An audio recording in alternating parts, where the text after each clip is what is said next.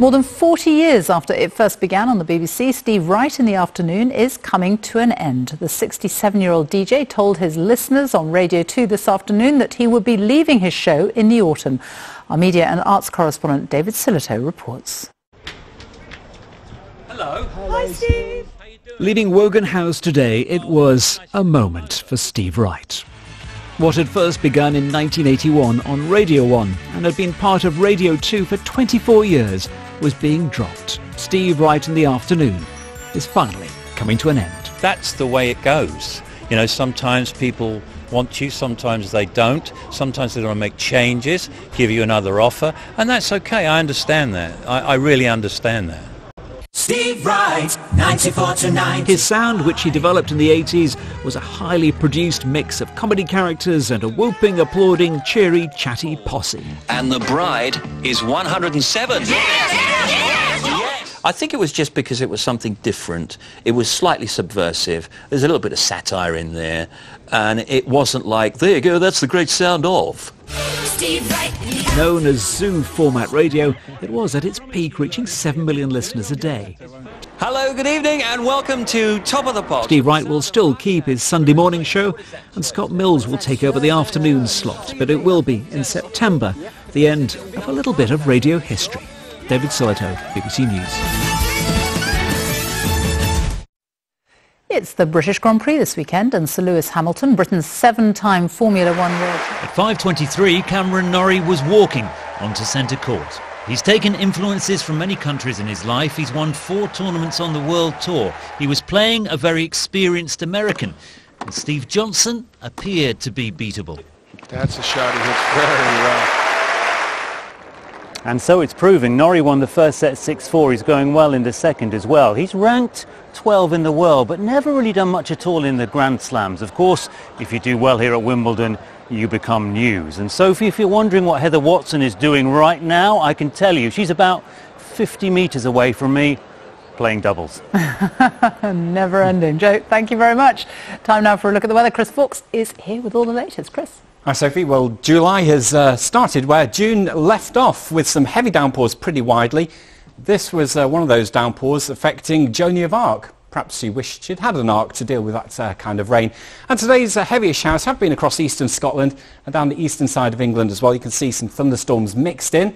Whereas further west, we're now starting to see a weather front move in across Northern Ireland, moving into Wales, and overnight that will push its way across Northern England, reaching Scotland as well. So there will be some further rain overnight. It's just East Anglia and South East England, really, that have the best chance of staying dry. And temperatures similar to what we've had over recent nights, really, about 11 to 13 degrees, something like that. Now, looking at the forecast for Wimbledon tomorrow, it looks like it should be a dry day, although the cloud will probably tend to build up. There could be an odd shower very late in the day, but probably after the day's play, to be honest.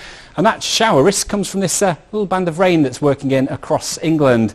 Behind that, a familiar mix of sunshine and showers. Some of those showers heavy and thundery. This time the greatest chance of seeing some thunderstorms, probably across northwestern areas of Scotland, some hefty downpours here. Temperatures not really changing very much day by day at the moment. Still a bit disappointing in the west, high teens.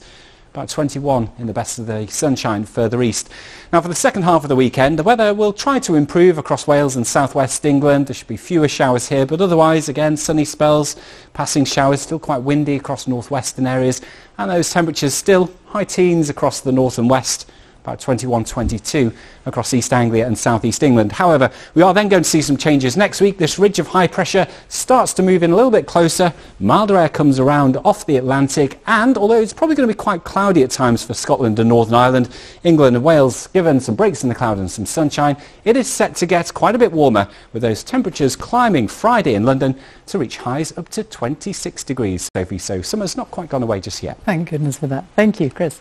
And that's it from us. I'll be back with the news at 10 now, though, on BBC One. It is time for the news where you are. Goodbye.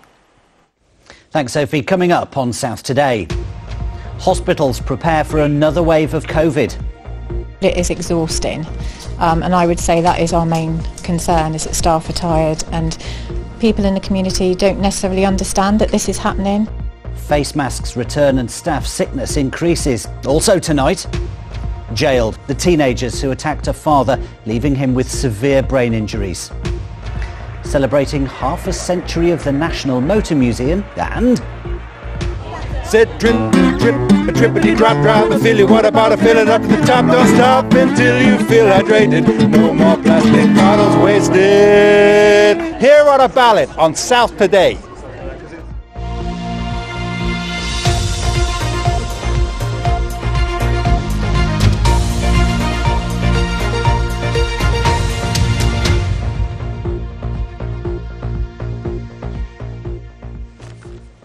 Good evening, I'm Tom Hepworth. COVID cases are rising sharply and hospitals in the south are having to take action to combat it. It says